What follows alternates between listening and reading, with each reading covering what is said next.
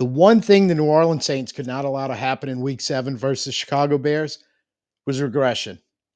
And that's all they did in every possible way all game long. The Bears handed the Saints a 26-14 beatdown that, in my opinion, was way worse than the score actually indicated. I'm Tim. Let's talk Saints. The rundown sheet is pretty simple because we went to Chicago today and got our butts kicked. I never really thought we were in the game. Never felt good about it. Yeah, we got the 3 and out on defense, and it seems like, okay, this is a start. Never did this before. And it was evident thereafter. I mean, we turned the ball over almost immediately and give them a field goal. And you just, at least I did, just felt the landslide coming, the avalanche rather. It and it just kept coming.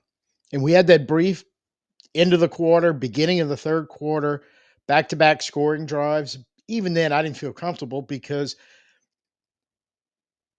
they start driving the ball. I'm thinking to myself after we cut it to 20-14, they start moving the ball, we're done. And they move the ball right down the field. I mean, credit the fact that once again we were a better second half team than we were in the first half, but I think this was as much as the Bears made a lot of mistakes in this game as we did too to help keep us in it for the most part. Like if they don't contribute to the cause, so to speak, physically they were dominating us in just about every aspect of the game. Without their gifts, it'd have been really, really bad.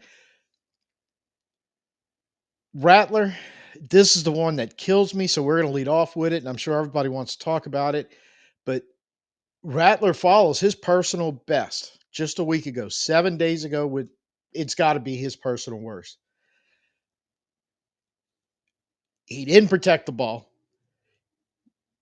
made very, very bad decisions with the ball, not least of which, right off the bat, like we said, the turnover, the first one, the fumble. Man, ball security in a pocket. Look, I know you're trying to make a play, but you just got to stop from defense. The last thing you cannot lose ball security right there, have a fumble, turn it back over. They're in scoring position. It was lucky that we held them to a field goal at that point. First interception, you make a late throw across the middle. Just very bad throw. You can't. That's a cardinal rule. No. And for the most part, when he's thrown the ball over the middle, he's never put it in that much danger. But boy, he put it in danger right there. Right, I believe it came up with the interception. Makes a play on the ball. Damn near returns it for a touchdown to make matters worse. Second one, take the run. Yeah, they had a linebacker closing. You had the sideline. You could have got something, got out of bounds. But sitting there pointing like you were doing when you should have known that's Kevin Byard back there playing free safety. And even if it was Brisker, he's pretty good too. But Byard, you're just begging him to do exactly what he did, which was figure out what you're trying to do, fly across the field, and then when you made the overthrow, you threw it right to him. It's a bad decision. Now, I mean, the third one, it was 4th and 2. We're down 12. We're trying desperately to score. He forces a ball in coverage on a play that I think the play design and the play call wasn't the greatest in the world, didn't put him in the best position. Tries to force a ball in there to make a play. You know, without the benefit of watching film, I don't know what else he could have done. But what he chose to do, I mean, that was really forcing a ball in there trying to make a play that almost had zero chance of success. I would like to think there was another option that, even though it may not still have been a great choice, would have been better than what you actually did in turning the ball over right there, because that seals the game. Look, and it wasn't all his fault. As I alluded to a second ago, that physically we were dominated, except for maybe, I don't even know if you could say a handful of drives, maybe a handful of plays, but physically dominated all across the line of scrimmage, up and down, both sides of the ball. There was nothing going on there. I don't, I again, without the benefit of film, but this is what I feel like after watching the game. I don't know if any of our previous 6 games, as bad as we look, both offensive and defensive lines at various times in various games, if we ever got physically abused like Chicago did to us. And the thing is, none of this should have came as a surprise.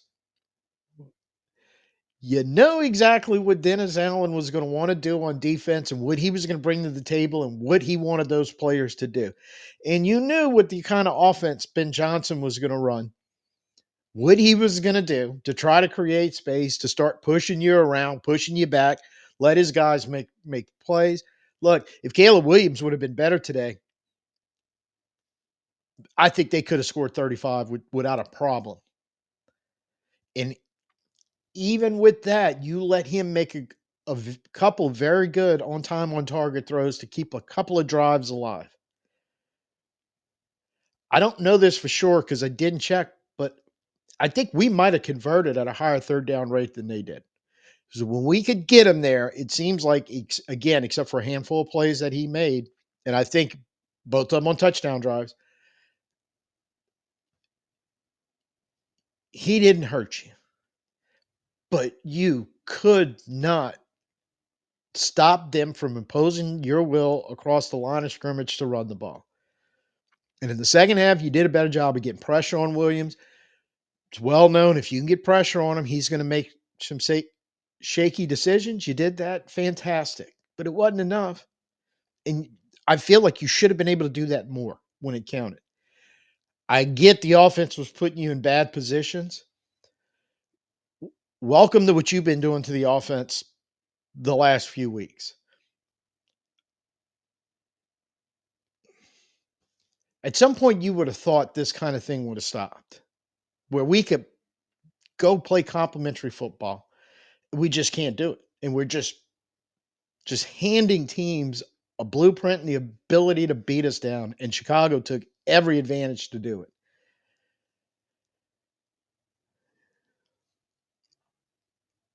If you can't get physical enough to take control of things on the line of scrimmage, this is going to be a 1 in 16 year. As we'll talk a little bit later, it's about ready to get really, really rough. Whether you're talking about playing games at home or playing games on the road, you can't do stuff like physically missing blocks. And I am not just talking about the offensive line, although that was, I mean, you didn't need to watch film review to see it happening.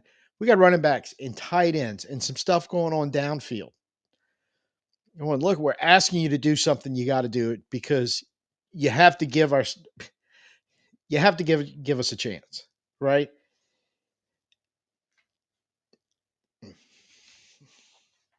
I don't know if you're going to find anything really good happening on our offensive line. Again, maybe situationally, I think there was a couple really clean pockets that Rattler didn't always take advantage of, but outside of that, I don't think you got much help there. You got almost no help from your running backs in protection or your tight ends being able to chip or do anything to kind of help out the offensive line. So it just made it worse. And they weren't exotic on defense, and that's what kills me. You you physically took a beating, and that's a hard one for me to swallow. It really is. Now, this kind of moving on from the behind kicking we took today to okay, times questions are coming, and time for hard choices are gonna is gonna arrive here very quickly. And he just starts off per Kellen Moore in the press conference, and this is after the game, and this is all I really heard. And I'll probably deep dive into it tomorrow. I just don't have the willpower or the energy to do it now on Sunday afternoon. But it seems like there's two big injury concerns because I don't know if anybody noticed. I caught it on Twitter when they both happened, but Kendre Miller hurt his knee, was ruled out for the game. Some point in the second half, I believe it was, but Eric McCoy, some type of arm injury, was ruled out for the rest of the game. Seems it's a knee and a bicep. And per Kellen Moore, it's some real concerns there on both of them. So now you're the young running back we were all hoping had got over his injury problems, would be ready to go. Maybe something the guy that replaced Alvin. Big question mark, right? McCoy had to keep that whatever you were getting from that offensive line. He was a veteran guy that's supposed to hold it together. And if he was doing that, then this thing's really going to go south. And we're going to have to find out the hard way, apparently. The last thing I read on that was some of the reporters were saying in the locker room he was in a sling and had it iced up. It looks like bicep, elbow, something like that. You see how it works out, but this is where the questions are going to lead because look, your next three. This is the scenario we're getting into, and it's one thing if we go in this game and lose, and you still feel like some type of pending progress is being made, much like basically every game we played at home, where okay, we keep falling behind the eight ball early, we keep making mistakes, but we're getting better at some things, and we're getting some progress. Maybe we'll start finding wins, or at least show enough that hey, we're building something, we're trending up, we're getting better. And then you just keep laying eggs on the road, nonetheless. But now you've got division leader Tampa Bay coming in next Sunday. Then you go to the Rams, and I don't care how good we are or how bad they are. When Sean McVay, since he's shown up there, they own us. After that, you go to Carolina, who a lot of people were thinking about, well, we should be able to get a win before we go into bye. I think it's 4 in a row they've won. New head coach there is doing a great job of turning that around. We're not. Some of this has got to go on Kellen Moore. We've been very, very excited. But now, in looking around the league, some other new coaches that were in very similar positions, what they're doing with their teams, and opposed to what's happening here, because this was literally the same old, same old. Pre-snap penalties, both sides of the ball, killing a couple drives or keeping theirs alive. We wind up with 12 men on the field, for Christ's sake, at one point on defense. Missing tackles in some key situations. Like we said, missing blocks. Now a quarterback who's played relatively well every game and coming off 2 really good games each of the last 2 weeks, totally just coming apart. Like this team I felt like wasn't even ready to play at any point today. Kind of feel like that at times the last few weeks, but I mean, really worse than anything we've seen. I think this was just an F minus effort throughout the whole organization. We've seen too much of this the last few years. And look, while we far from A plus grades at any point in any of the seven weeks we played so far, even Seattle, um, you're almost like well, that's a good team, well coached team, first game on the road, young team, young quarter, blah blah blah blah blah. You almost want to go, yeah, okay, it didn't work out, but it was very similar today. And thing was, their quarterback didn't put on the show that Darnold did in Seattle, and still, you could never climb back into this game. In between going to the Rams and going to Carolina's November 4th, Tuesday, that's trade deadline for the NFL. And I think we're now at the point where we've been alluding to pre-Giants game. We won that one, pushing this off. Series questions and answers are going to be upcoming. Yeah, I think we're here. And I think they have to be asked. They have to be answered. They have to be answered honestly. Saints are going to be sellers. And I think everybody knew that. But I mean, now, look, I really think you got to listen to anything and everything coming in. Who, anybody may be interested and at what price.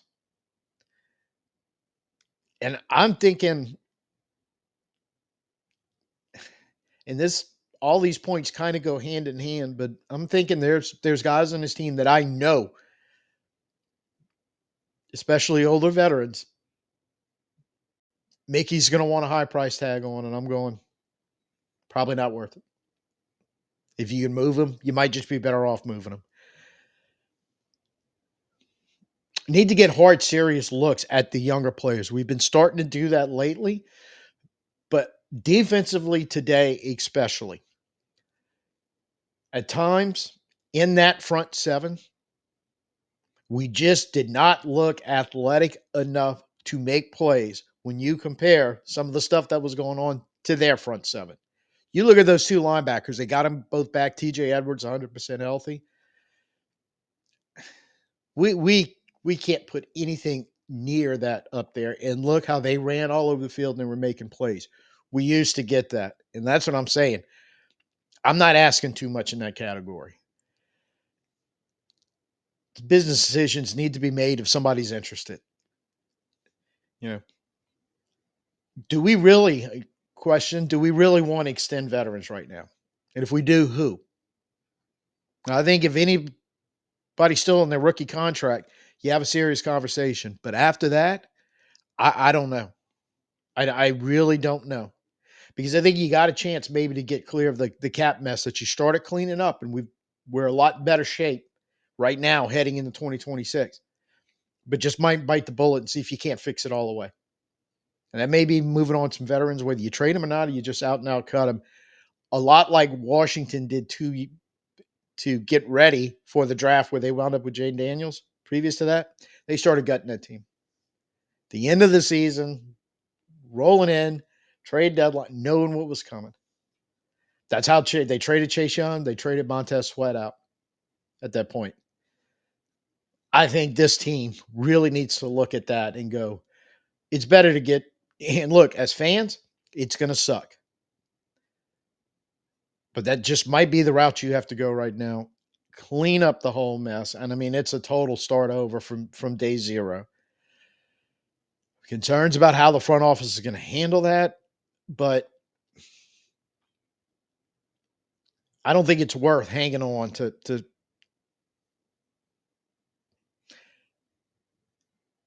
some players. Let's just put it that way. So I'm just overly disappointed all the way around because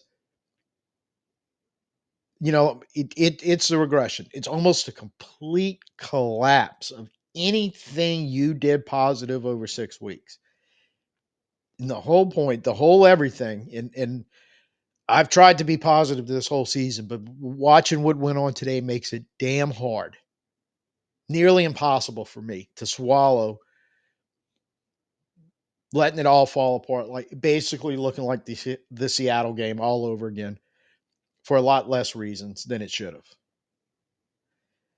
So it's the first take, or my first take. Like I said, haven't watched any film, haven't done anything. Just initial impressions after a good hour and a half, 2 hour cooling off period after the game. Um, Trying to keep it family friendly and no f bombs. But if you'd have been with me watching the game, yeah, there's a lot of f bombs involved. So look, that's where we're sitting now. Short one today because I just don't have the willpower to go any further. And I'm going to close it on this. The hardest question of all. I didn't forget. Don't worry. When are we going to see Tyler Shuck?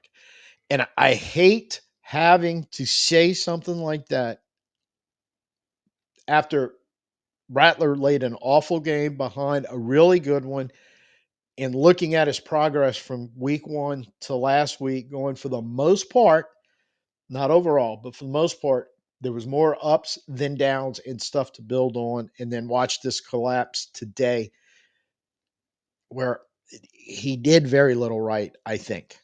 I'll go back and watch it on film and we'll make sure. But now that opens and always has been going to be opening the door the closer we got to that bye week, the trade deadline and the bye week, having these conversations. When are they going to give Shuck a chance? I don't do it before the bye week um, unless Rattler stacks up another game against Tampa Bay, and he could because that's a good football team. But this is going to be the look. We need to get past this, and I need to see you doing some of the stuff you did against New England. Otherwise, that's a real conversation to have. Do you want it at home at Tampa Bay? Do you want on the road the next 2 games or wait after the bye? I felt all along and a little stronger up until today that they were gonna give Rattler up until the bye and then make a decision by week. But it's worth having a conversation. Do you make some type of move there? Because I know people are having it right now. I don't even have to go look it up on Twitter or watch it on YouTube. I know it's happening, and it should. And I'm not saying it should happen that Tyler Shuck gets his chance in the next 3 weeks, but I'm saying the conversation needs to be had. It needs to be thoroughly discussed. And if that's the best option for what you're trying to do to build a team going forward, then hell yes, that's what you do. If the bye week gives you the best opportunity, fine. If you want to give Rattler 3 more chances to put that question to bed till the offseason, that's fine too. But whatever you do, the discussions need to be had.